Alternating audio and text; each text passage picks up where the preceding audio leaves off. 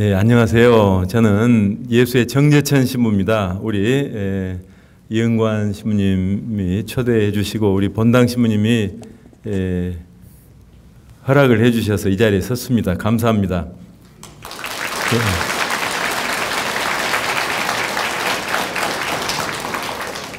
방금 보신 영화가 인턴이라는 영화입니다. 보신 적 있어요? 아, 예. 저는 이 영화를 보고 아주 감동을 받았습니다. 이제 나이 드신 분이 사회에서 뭘 할 수 있는가에 대한 회의에 빠질 수가 있는데요. 이 영화를 보면서 많은 희망을 갖게 됐고, 저는 이제 우리 예수회를 당연히 떠올렸어요. 그런데 우리 예수회 안에도 인턴 회원들이 많이 계셔요.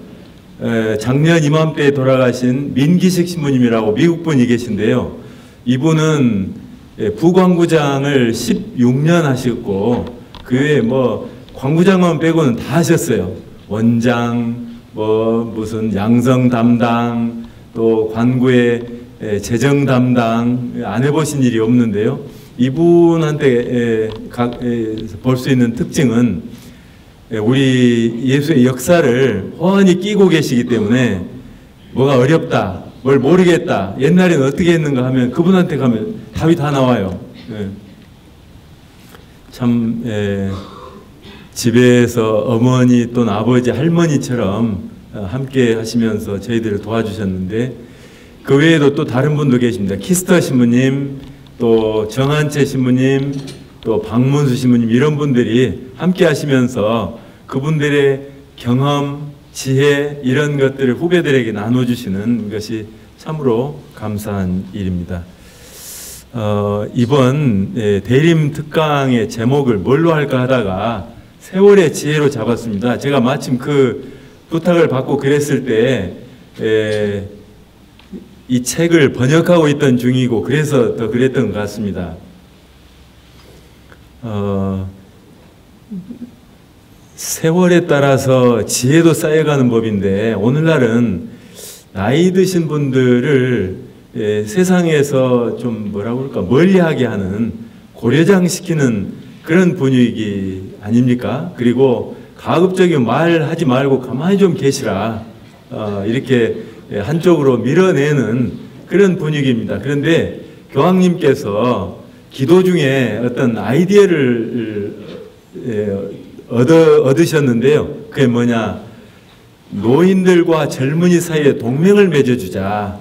그러면 노인도 살고 젊은이도 산다. 그런 아이디어였어요. 젊은이들은 한편 경쟁사회에 내몰리고 있잖아요. 저희 때에는 대학을 졸업하면 좋은 직장인지 덜 좋은 직장인지 차이는 있었지만 그래도 취직은 다 했어요. 그런데 요즘에는 졸업을 해도 취직도 어렵고, 취직을 했어도 정규직이냐 비정규직이냐, 요새 젊은 사람 소개할 때, 또 자기 아들 딸 소개할 때 보면 정규직 합격했습니다 이렇게 말하더라고요. 그냥 회사 취직했다고 안 하고 무슨 회사 정규직 누구입니다. 아, 이거 서글퍼요. 이 현대 사회에 새로운 계급 제도가 생겼다고 저는 생각을 해봅니다. 이걸 계급 제도를 타파해야 돼요.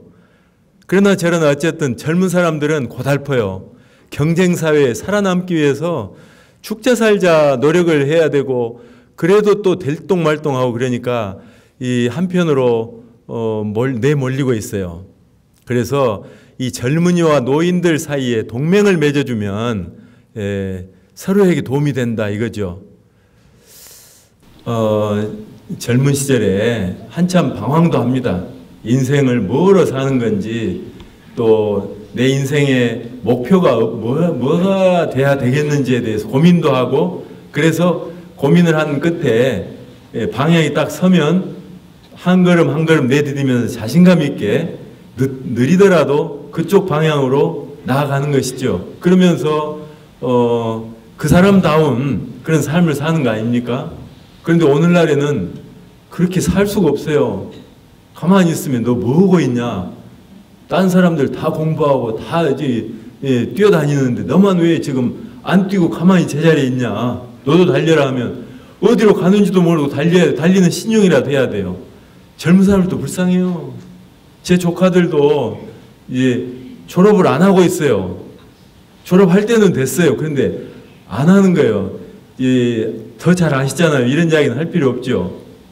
또 한 조카는 중학교 때에는 영재반에 들어가 있었어요. 그런데 이제 고등학교 들어가서 지 아버지하고 다투고 막 그러더니 공부를 좀 소홀히 했어요. 그래가지고 대학을 못 들어갔어요. 그래도 이제 옛날에 그 영광스러운 날들을 기억하고 있으니까 아무 데나 들어가고 싶진 않아요. 그래서 군대 갔다 와서 어떻게 결심을 했느냐. 카나다에 갔다 와야겠다고 그래요. 카나다에 뭐로 가냐 하니까 워킹 홀리데이 가야 된대요. 1년 동안 거기 가서 뭐 할 거냐 하니까 가봐야 안 돼요. 그러니 제 할아버지가 눈물바람 하시고 펑펑 우셨어요. 너희들은 왜 애를 잡지 않고 그런 데 간다고 하는데 놔두느냐. 근데 부모도 잡고 싶어도 잡을 수가 있어야죠. 마음이 떠 있는데 자기가 볼 때 그 애가 똑똑해요. 이 나라에서는 한 번 실패하면 패자 부활전이 없기 때문에 다시 일어설 수가 없다는 걸 아니까 주판 떨고 다시 시작하고 싶은 거예요. 남의 나라에 가서. 똑똑해요. 그래가지고 이제 우리 예수회가 국제 수도회잖아요. 다행히 제가 이제 카나다는 아는 사람이 없어요. 근데 가만히 생각해 보니까 있어요. 우리 예수회에 한국에 살다가 부모님 따라서 중학교 때 카나다로 이민 간 사람이 있어요. 그래가지고 우리 흥관이 신부하고 동기예요. 그래서 이제 부모님들은 다 카나다에 사셔요, 지금도. 그리고 이제 이 신부님만 한국에 와서 예수에 입회를 하고 그래서 신부가 됐어요, 같이. 그 생각이 나더라고요. 그래서 사정을 했어요. 그랬더니 알았다고 자기 어머니한테 카톡으로 뭐 이렇게 부탁을 했어요. 그래가지고 이 조카가 성당을 나가게 됐어요. 한국에 있을 때 성당 절대 안 나갔어요. 거기서는 급하니까 할 수 없이 갔어요. 그래가지고 막 환영해주고 그래서 지금은 뭐 하느냐. 한국 사람이 하는 일식집 거기에서 뭐 이게 뭘 한대요. 어서 오십시오 하고 그런 거 있잖아요. 한국에 살아오면 절대 안 할 텐데 외국에 가서 좋은 것이 뭐냐. 과거를 다 잊어버리고 완전히 새 출발할 수가 있는 거예요.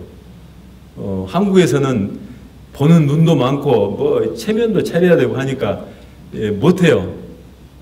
또 낮아지기가 어려워요. 그런데 외국에 가서 아는 사람도 없으니까 자기 그야말로 홀몸이니까 납작 엎드려서 밑에서부터 시작하는 거예요. 그러면 할 수 있어요. 뭐든지 그런 각오를 하면 돼요. 근데 한국에서는 쥐뿔 아무것도 없어도 체면도 차려야 되고 부모님 얼굴도 세워야 되고 하니까 너 직장 어디냐 하면 일식집에서 그거 한다고 말할 수 있어요? 못 하잖아요. 근데 거기서는 아무렇지도 않고 이렇게 해요. 다시 주판 돌고 다시 시작하는 거예요. 자, 저는 이제 사제로서 이 세상 이렇게 애도 키우지도 않고 그래. 참 제가 오면서 택시 운전 기사분도 그러시더라고요. 자기는 믿음이 없는 사람이라고 그러더만요. 근데 빨간 신호등 기다리면서 그러더라고요. 자기가 나이 들면서 이렇게 보니까 택시에 이렇게 타신 손님 중에 성직자분들이 계시더라. 수녀님도 계시고 사제도 있고. 근데 참 탁월한 선택을 하셨다고 생각한다. 탁월하죠. 애 키우는 걱정을 하나 뭘 하나. 한 번은 얘 속을 썩이잖아요. 사춘기를 그냥 건넸다. 이제 마음 놓을 게 없어요. 40이 돼서 또 사춘기가 돌아오기도 하고. 근데 저희들은 그런 걱정이 없어요. 탁월한 선택을 한 거죠. 그래도 이제 세상 사람들 다 만나고 그러잖아요. 그러니까 그 고민들을 듣게 돼요. 그러면서 생각하게 되는 것이 뭐냐. 참 이 세상 이렇게 돼도 되는 것이냐 걱정이 되기 시작해요. 이런 세상을 살자고 우리가 그렇게 아둥바둥하고 있는가. 뭔가 좀 주판 떨고 아니면 가던 길 잠시 멈추고 우리가 만들어가는 세상이 도대체 어떤 세상이라야 되는가, 이런 것들을 좀 생각도 하고 그래야 되겠다는 생각을 해봐요. 그래서 그런 의미에서 세월의 지혜라고 이렇게 잡았어요. 이건 이제 젊은 사람들에게서는 기대하기가 좀 어려워요.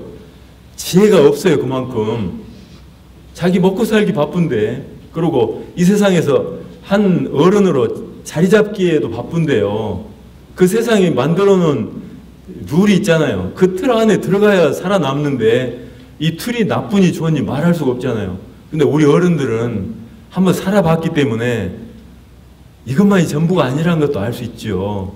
그래서 세상에 지혜가 필요해요. 지식만 필요한 게 아니라, 정보만 필요한 게 아니라 지혜도 필요해요. 교황님은 이제 그 이야기를 하셨어요. 그래서 제가 오늘 제목을 이렇게 하고 좀 이야기를 나눠보려고 합니다. 제가 대학 들어갈 때 재수를 했습니다. 첫 해에 대학 떨어지고 이제 야간 열차를 타고 고향인 광주에 내려가는데요. 그때는 야간 열차가 용산에서 출발하면 9시에 출발하면요, 광주에 역에 새벽 5시, 4시나 5시에 떨어졌어요. 이제 한 8시간, 9시간 막 이렇게 가는 겁니다.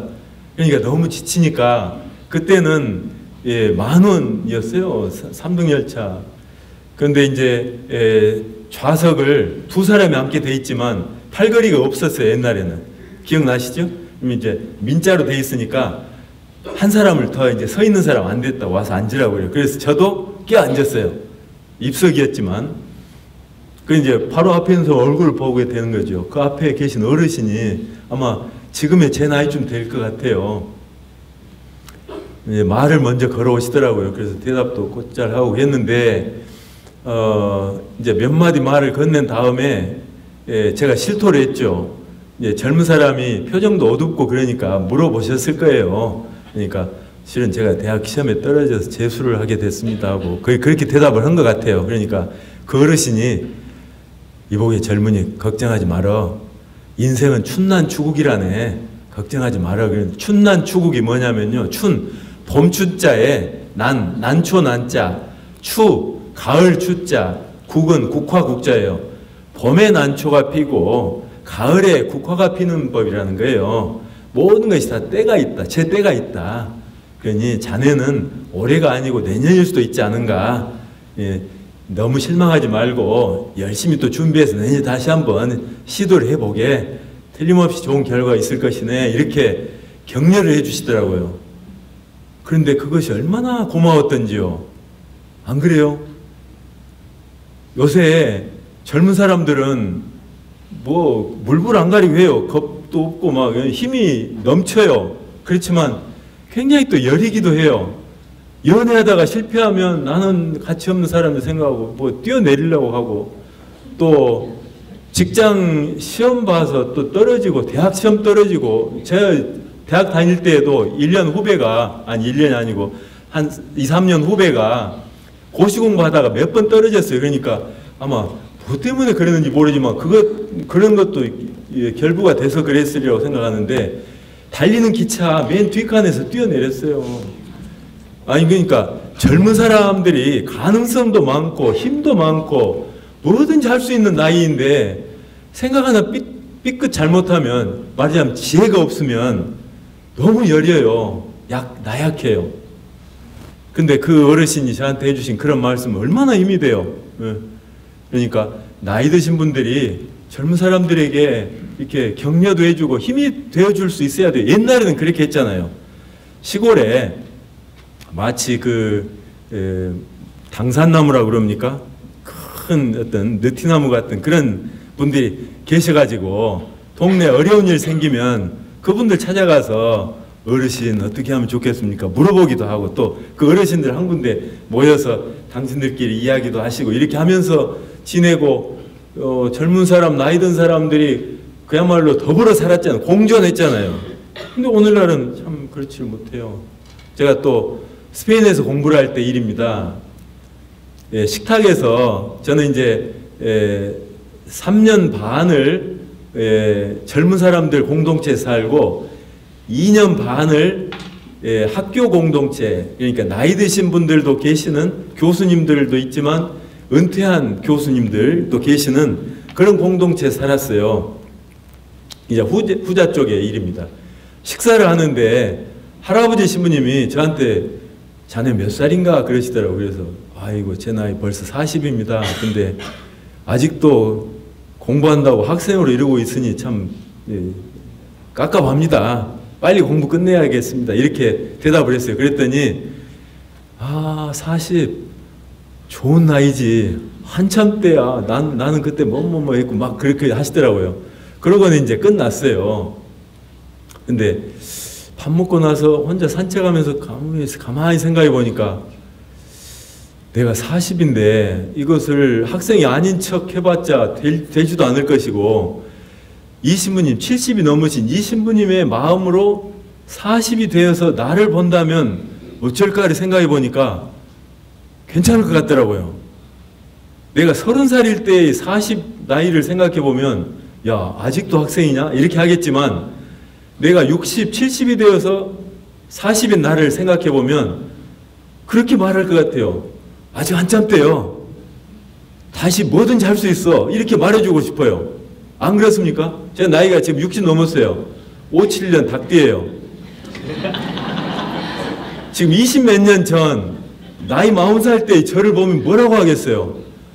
아직도 학생이냐? 라고 하겠어요? 아니면 야 40이면 기억력도 좋고 빠릿빠릿할 때 한참 때 너무 팔팔하게 경솔하지도 않은 그런 나이, 참 뭐든지 할 수 있는 믿음직한 나이라고 하지 않겠어요?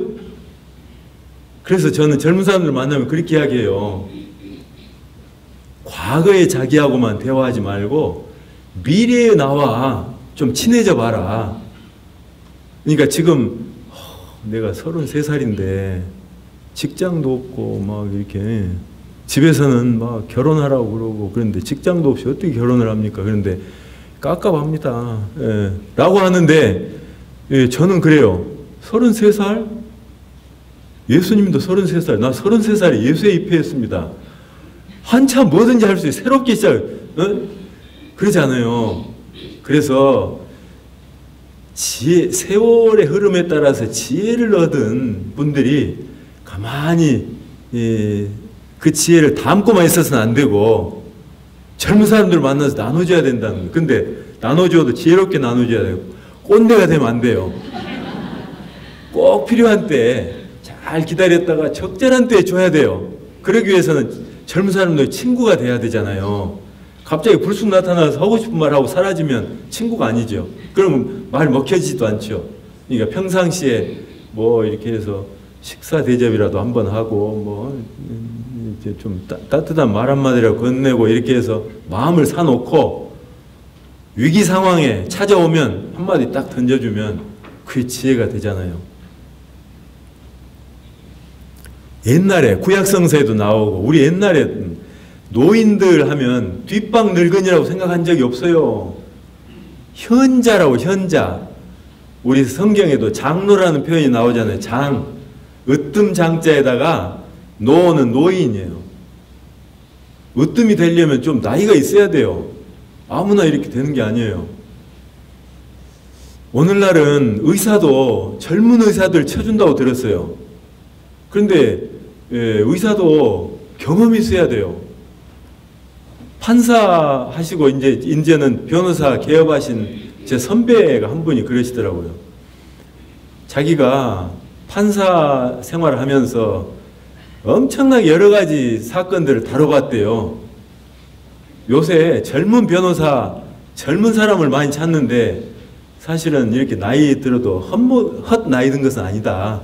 그러니 서강대학교나 예수에 어려운 일 있으면 자기한테 자문을 이렇게 하면 자기 아는 범위 내에서 잘 대답을 해주겠다고 그러더라고요. 그리고 자기 모르면 누가 그 분야의 전문가인지 또 잘 아니까 소개도 해줄 수 있고, 그러니까 나이 헛먹은 것이 아니니까 또 법조문 달달달 외운다고 되는 것이 아니랍니다. 그것을 적용해야 돼요. 적용할 수 있는 그런 것이 있어야지. 아니면 달달달 외워가지고 하면 원천적으로 뭐가 잘못되어 있는데 여기서 아무리 뭐 다른 것을 해도 딱 뭘 바꾸는 수가 있대요. 그러니까 패소하기도 일수고. 그런데 나이 든 사람들은 상식적이라고 생각하는 꼼꼼하게 이렇게 챙길 줄 아니까 실패가 적다 그래요. 젊은 사람과 나이 든 사람의 차이가 뭐냐? 저는 이 경험과 지혜의 차이라고 생각해요. 제가 광주 신학교에서 10년 있었다고 했는데요. 광주 신학교 하면 제가 또 할 이야기가 많습니다. 농담 한마디를 하고 넘어가겠습니다. 제 고향이 광주인데요. 2000년에 이제 공부 끝나고 광주 신학교로 발령을 받아서 갔어요. 그래서 이제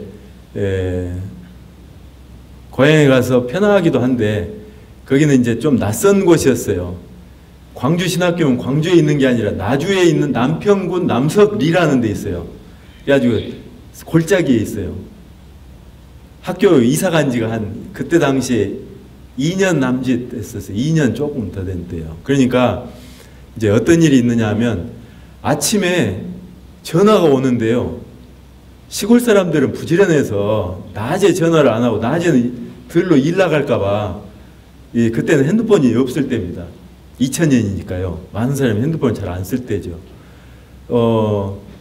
아침에 전화를 하는 거 식전에 저는 이제 6시에 일어나서 6시 반이면 기도하러 성당에 가요. 그런데 이 전화가 5시 반부터 6시 반 사이에 와요.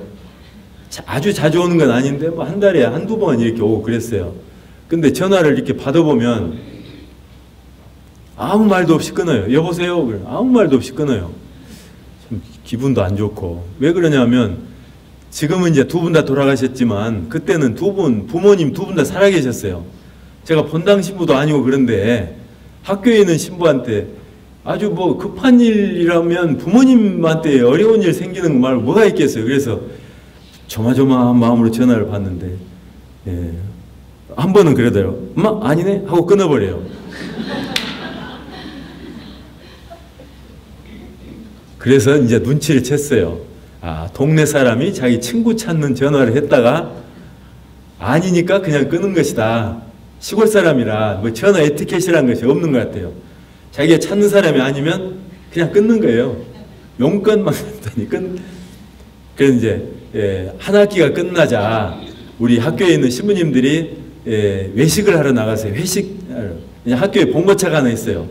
제가 먼저 가서 뒷자리에 앉았어요. 근데 한 사람 한 사람 이렇게 오는데 그날 아침에 그런 전화를 받았기 때문에 제가 이런 전화를 오늘 아침에 받았습니다. 여보세요 하니까 엄마 성식이 아니네 하고 끊어버리더라고요. 그랬더니 다들 웃더라고요. 맨 앞자리에 김희중 대주교님 앉아 계셨어요. 그때는 이제 주교님 되시기 전이고 우리하고 같이 학교에서 교수로 지내던 때입니다. 그분도 같이 웃으시더니 그러더라고요. 아, 저도 그런 전화를 받은 적이 있습니다. 근데 당신은 전화를 받으면 예, 가톨릭 대학입니다. 이렇게 대답을 한대요. 예, 가톨릭 대학입니다. 그러니까 저쪽에서 들려오는 목소리가 뭐냐면요. 무엇이라고라? 같은 입장이라고라.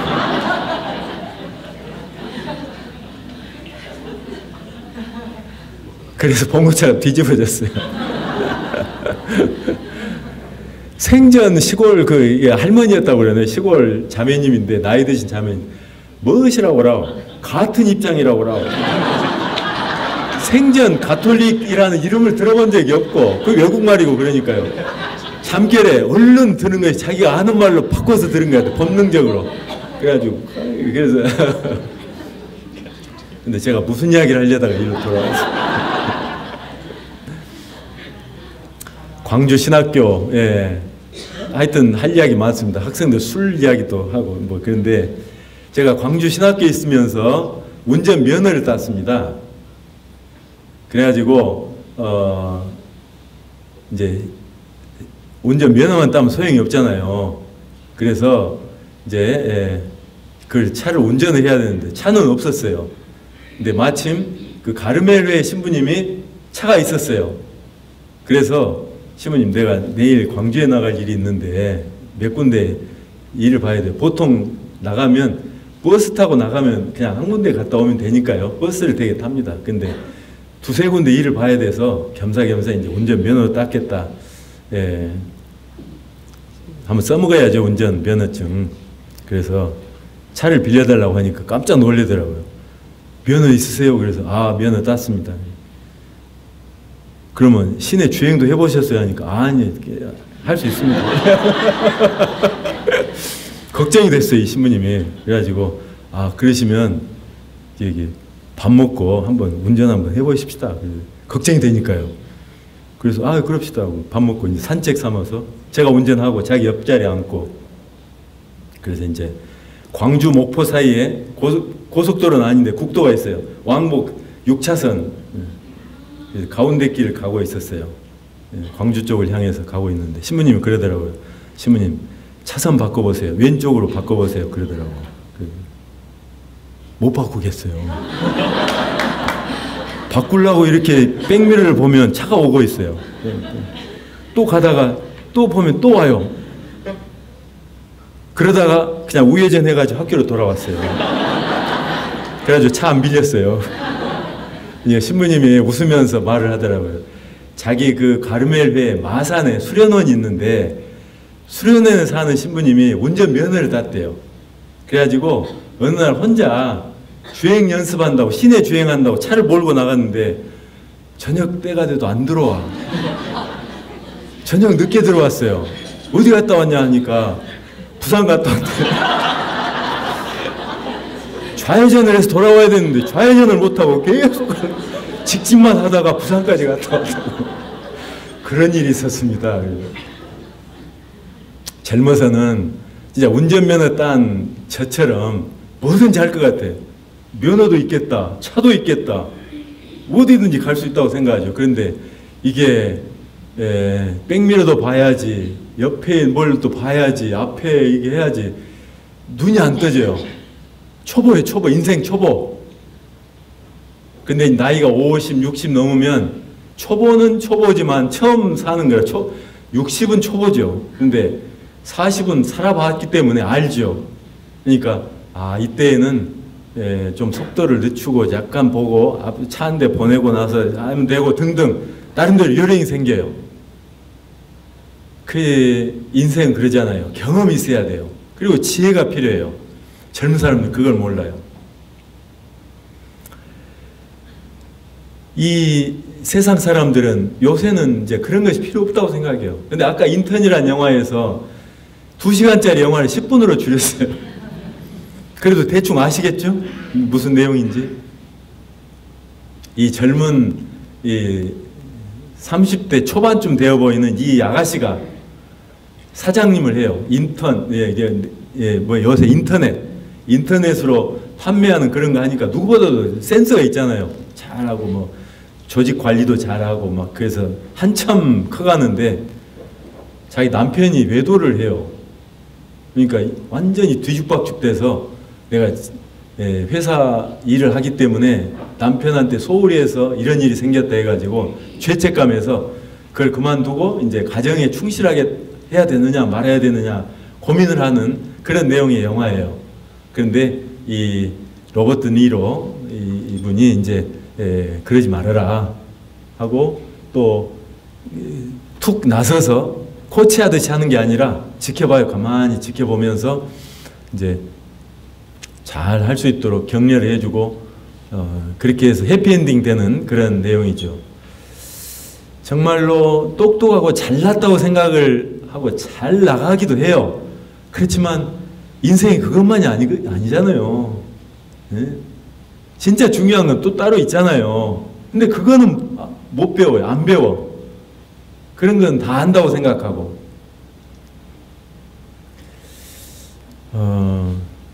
그런저런 생각을 해보면 교황님께서 아까 세월의 지혜 이렇게 라는 이제 교황님이 책을 쓰신 건 아닌 것 같더라고요. 뭐냐면 기도를 하시면서 영감을 받았어요.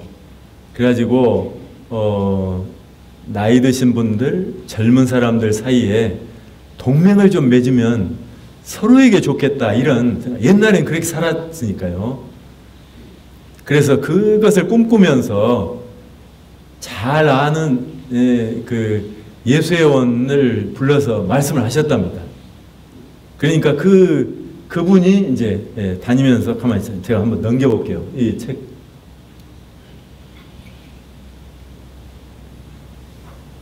지금 말씀드린 그분이 누구냐면 여기 교황님 여기요. 여기 안경 쓴 맨 오른쪽 아래 이분이 안토니오 스파다로라고 그래요. 교황님 2014년에 오셨을 때에도 함께 오셨어요. 예수의 그 유명한 잡지가 있는데요. 로마에서 나오는 잡지 편집장이에요. 그래가지고 이제 교황님의 그 아이디어를 받아서 전 세계 네트워크를 동원해서 5대양 6대주의 지혜로운 노인들의 경험담을 모았어요. 그래서 한 300개인가를 모았답니다. 근데 이제 그걸 다 쓸 수는 없으니까 추리고해서 한 80개 정도로 골랐어요. 그래가지고 교황님께 찾아가서 이렇게 교황님 보시는데 자기가 가서 교황님께는 그 글을 쓴 사람 사진을 보시게 해드리고 그리고 자기가 이 글을 읽는 거예요. 그러면 교황님이 대화를 하듯이 듣고 있다가 떠오르는 생각 있으면 나누시고 그냥 없으면 그냥 패스하고 이렇게 해서 그 교황님 말씀을 녹음을 해가지고 집에 와서 다 자기가 풀어서 쓰고 해서 책을 만든 것이 이 세월의 지혜예요. 그리고 교황님이 전체 그 서문도 쓰시고 또 주제를 5가지로 나눠가지고 노동, 투쟁, 사랑, 죽음, 희망 이런 주제로 5가지 주제로 묶어서 이렇게 했는데요. 그때마다 각 그 길잡이가 될 만한 그런 말씀, 신학적인 성찰 이런 것들을 이렇게 적으신 거예요. 그런데 아시다시피 교황님은 신학적이라고 그래서 신학자들만 알아들을 수 있는 언어를 쓰시는 게 아니라 그냥 누구나 알아들을 수 있는 일상어를 써서 말씀을 하셔요. 그러니까 읽기가 쉬워요. 제가 책 장사를 하는 것 같으네요. 가만히 보니까. 그러거나 말거나 계속 하겠습니다. 네, 그래서 이 책을 번역하면서 많이 울었어요.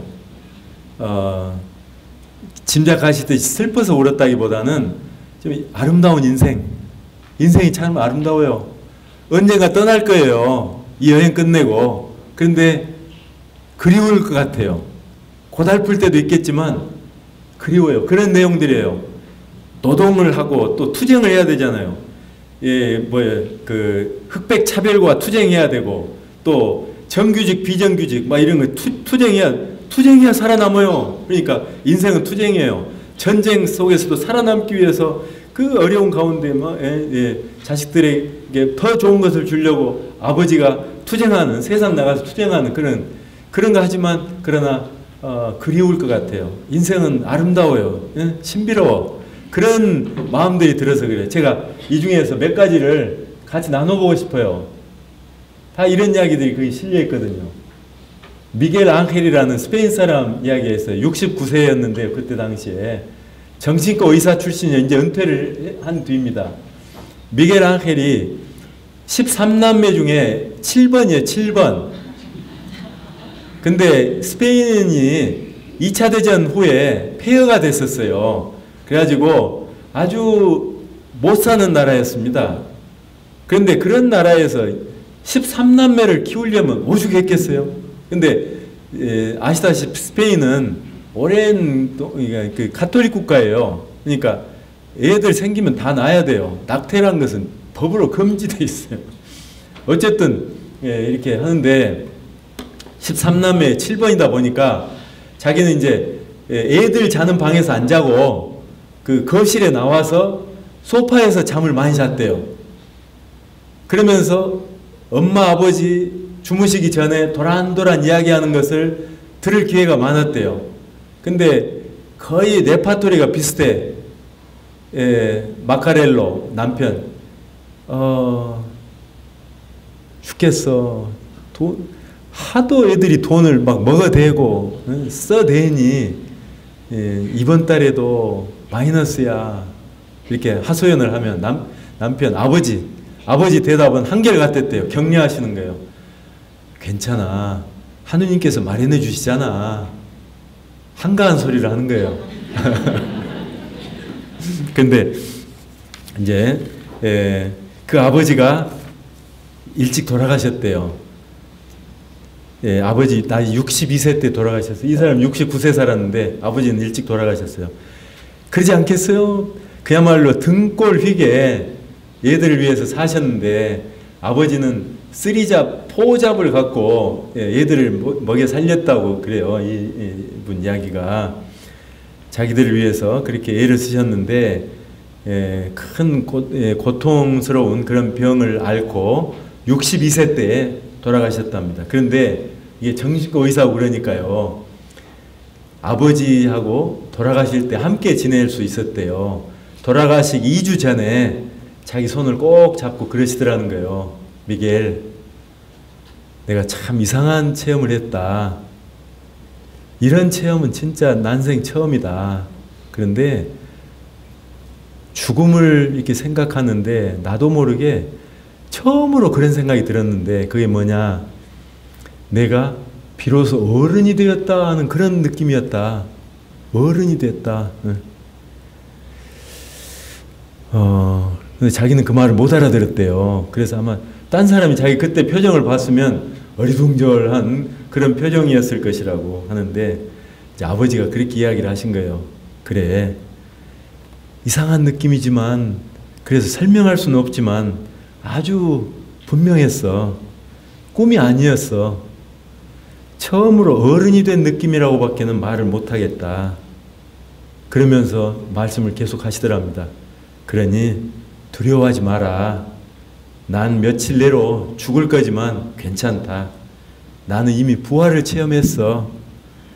그래서 여전히 너희들과 함께 있을 것이라는 것을 알게 됐어. 걱정하지 마. 슬퍼하지 마. 이렇게 말씀하시고 돌아가셨다는 겁니다. 교황님께서 거기에 대해서 말씀을 해주셨어요. 하느님이 마련하신다. 이 말을 당신도 많이 듣고 지내셨답니다. 특히 과원을 하시는 수녀님들, 양로원을 하시는 분들, 이런 수녀님들에게서 그런 이야기를 많이 들었다는 거예요. 저도 그런 이야기 들은 적이 있어요. 광주에 보면 가까운 담양에 경로수녀회가 있어요. 양로원 하는 수녀님들인데요. 이 수녀님들은 로마 총원에서 집을 지어준답니다. 근데 운영자금은 일체 안 줘요. 알아서 해결하라고. 그러면 어떠냐. 수녀님들이 근처 시장 같은 데 가서 그 쓰레기를 버릴 거, 야채, 채소 이런 것들, 또 쌀, 싸전에 가서 쌀 이렇게 하고, 또 후원회원들 모집하고 이렇게 해서 하는 거예요. 그런데 제가 보기에는 좀 깝깝한 것 같지만 그분들 다 사는 방법이 있더라고요. 그 할머니 수녀님 그러시, 그 수녀님 할머니라고 하면 싫어하실 텐데. 그 수녀님은 그러시더라고요. 걱정 없대요. 자기가 이제 뭐 제대에 꽃이 떨어졌어요. 그러면 화원 앞을 걸어간대요. 그러면 화원 주인이 들어오라고 그런대요. 그리고 꽃 갖고 가라고 그러신대요. 한두 번이 아니기 때문에 그냥 믿음이 생겼대요. 그냥 하는 거예요. 그리고 어떤 때에는 김치가 떨어졌어요. 그런데 오후에, 그날 주일날 오후에 트럭이 쌓아왔대요. 김치, 이렇게 김장김치를 딱 풀어놓고 가더래요. 쌀이 떨어졌어요. 쌀 몇 가마니가 그날 오후에 오고, 그런 체험들을 하도 많이 한다는 거예요. 그런 이야기 들었어요. 교황님도 수녀님 중에 하느님이 마련해 주신다 이런 말을 입에 달고 사시는 수녀님을 아신다는 그런 이야기도 하셔요. 그런데 이런 말씀을 하시네요. 하느님의 섭리를 믿는다는 것이죠. 하느님이 알아서 해주실 것이다. 근데 섭리를 믿는다고 하는 것은 교황님 말씀은 그래요. 내가 알몸이 되는 것이다. 쥐뿔 아무것도 없는 사람이 어떻게 되겠지 하는데 어떻게 되겠지가 아니라 하느님이 해주실 거라고 믿는 것이기 때문에 내가 벌거숭이가 되는 것이다. 미겔의 아버지도, 이 미겔의 아버지도 힘겨운 그런 삶을 살아오셨음에도 불구하고 하느님께서 마련해 주실 것이라 이런 신뢰, 이 믿음이 아버지가 성장하고 성숙하도록 도와줬을 것이다. 그래서 마침내 죽음 앞에서는 이제 이 모든 것들을 다 이루었다. 나도 이제 어른의 반전에 들었다. 나도 어른이다. 나도 이제 할 바를 다 했다. 이런 느낌을 가지신 것이 아니겠는가 하고 교황님께서 응답을 해주셨어요. 또 노르웨이 사람 구리 릭이라는 사람 이런 이야기를 해요. 이제 농부이고 또 간호사 출신이랍니다. 이분은 나이가 75세인데요. 자기 어렸을 때 할머니하고 대화를 많이 했대요. 삶과 죽음 이런 것도 이야기를 했대요. 그런데 10살 땐가로 기억을 하는데 할머니는 그때 한 60쯤 되었을 것 같다고 기억을 해요. 할머니하고 대화를 하는데 할머니한테 대뜸 그렇게 질문을 했대요. 할머니, 죽음이 무섭지 않으세요? 이렇게 질문을 했어요. 그러니까 할머니가 뭐라고 하셨겠어요? 저 같으면 내끼놈! 야단을 쳤을지도 모르겠는데 이 할머니는 비긋이 웃으시면서 구리에 눈을 이렇게 쳐다보셨답니다. 그리고 한참 후에 구리, 너 주교자 성당 가봤니? 그러니까 그럼요, 가봤죠. 거기에 있는 스테인드 글라스도 봤어? 그러니까 네, 봤어요. 어떻더냐? 그러니까 네, 낮에 햇빛 비칠 때는 아주 반짝이는 보석처럼 영롱하게 반짝반짝하고 좋죠. 그리고 그 빛이 바닥을 비추면 바닥에 그냥 색깔이 있고 색칠해 놓은 것처럼 아름다웠어요. 그렇지만 밤에는 해가 지고 난 다음에는 컴컴하고 무섭기도 하고 아무 색깔도 없고 그랬어요. 할머니가 그렇게 대답을 하셨대요. 인생도 그렇단다. 죽음이 그 뒤에서 비춰주지 않으면 우리 삶도 그 빛깔을 잃고 마는 거야. 이렇게 대답을 하셨대요. 그러니까 이 구리는 그때부터 죽음이라고 하는 것이 어둡고 칙칙하고 무서운 그런 것만이 아니라 이 우리 삶을, 인생을 뒤에서 반짝이게 비춰주는 햇빛과 같은 것이다. 빛이다. 불빛이다. 이렇게 생각을 하게 됐다는 거예요. 그래서 죽음은 어둠이 아니라 빛이다. 이렇게 고백을 해요. 저는 이 부분을 번역하면서 울었어요. 참 센티멘탈하다고 생각하실지 모르겠지만요. 두 가지 이유예요. 하나는 이 할머니가 10살 먹은 그 꼬마의 손자하고 이야기를 하면서 어른 대우를 해주신 것이 참 고마웠어요. 저는 어렸을 때 어른들한테 A 취급만 받았지 이렇게 뭔 질문을 해도 진지하게 대답을 해주는 것을 거의 기억을 못해요. 그런데 이 할머니는 10살 꼬마애를 어른 대접한 거 아니에요? 대끼놈, 네가 알아서 뭐해 하고 이렇게 한 게 아니라 진지하게 이렇게 대답해 주시면 참 고마웠어요. 네, 그리고 제가 존중받는 느낌이 들었어요. 내가 어렸을 때 그 기억이 좀 치유라고 그럴까요? 좀 보완되는 그런 느낌이었어요. 그리고 두 번째로는 이 구리가 75세가 되어서 이런 고백을 할 때에는 이 기억이 평생 갔다는 거 아니겠어요? 언제 한번 기억하고 만 것이 아니라 특히 어려울 때, 위기에 처했을 때 이 기억이 얼마나 힘이 되어줄까 생각하니까 할머니가 참 고마웠어요. 저도 할머니 손에도 자랐어요. 어머니가 3남 3녀 6남매, 저는 4번이에요. 눈치가 엄청 발달했어요. 어머니한테 잘 보이려고. 그래서 아버지가 입이 짧으셔요. 아버지는 무녀동남, 외아들. 그런 아버지를 좋아해가지고 결혼해서 저희 어머니 고생 많이 했어요. 반찬을 딱 애써서 이렇게 차려놓으면 간장이 없다. 그러면 또 밥 먹다가 얼른 일어나서 간장 가져오시고. 나 같으면 진짜 못 해먹겠다 할 텐데 그걸 다 받아주시고 하다가 가셨어요. 그런데 그 어머니가 저한테 당부를 하셨어요. 남자는 반찬 투정해서는 안 된다. 그래서 제가 말을 잘 들었던가 봐요. 지금까지 반찬 투정 해본 적이 없어요. 주면 준 대로 먹고 이렇게 하는데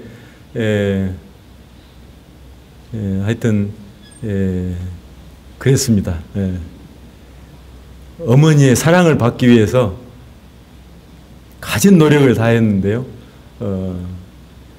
이제 이 할머니의 사랑을 또 할머니도 그러니까 어머니가 6남매를 키우시느라고 힘드니까 외할머니가 와서 가끔은 저희들을 봐주셨어요. 그래서 이제 제가 할머니들의 약점을 잘 알고 있었죠. 제가 뭘 얻을 것이 있는데 안 준다 그러면 밥을 안 먹어요. 그러면 탁 제 손 안에 탁 놓입니다, 이게. 그러니까 애들도 참 야가 빠졌어요. 애들한테 속아 넘어가면 안 됩니다.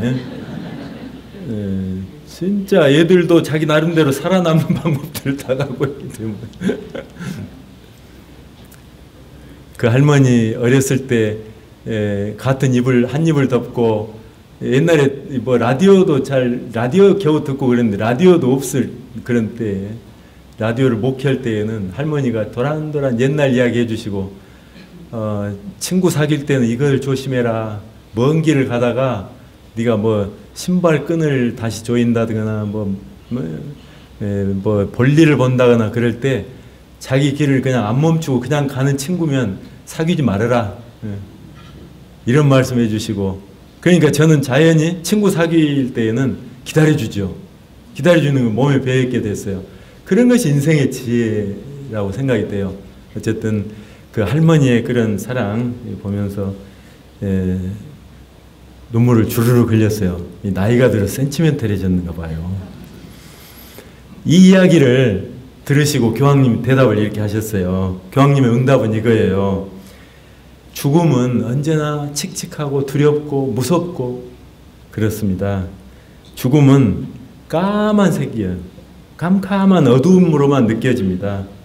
그렇지만 구리아 할머니는 이 손녀딸에게 손녀딸 스스로는 볼 수 없는 것을 주었습니다. 구리에게는 지혜가 없었기 때문에 스스로는 얻을 수 없는 지혜였죠. 구리아 할머니는 죽음을 빛이요 희망이자 내세에서 새 빛을 가져다주는 열린 통로로 바라보게 해 주었습니다. 저 건너에서 오는 빛으로 반짝이는 스테인드 글라스 창문 이미지를 보는 것은 아름다운 체험입니다. 이것이 그리스도인의 죽음입니다. 죽음은 우리가 희망에서 오는 빛을 통해 오늘을 보게끔 도와줍니다. 이 희망의 체험이 우리의 삶을 밝혀줍니다. 이렇게 말씀을 하셨어요. 그래서 아까 우리 이은관 신부님이 중간에 한번 쉬면 좋겠다고 했는데 한 10분 쉬었다가 할까요? 예, 하겠습니다. 그리고 전체 시간은 한 90분 정도에 마치면 좋겠어요. 그러시죠? 네, 잠시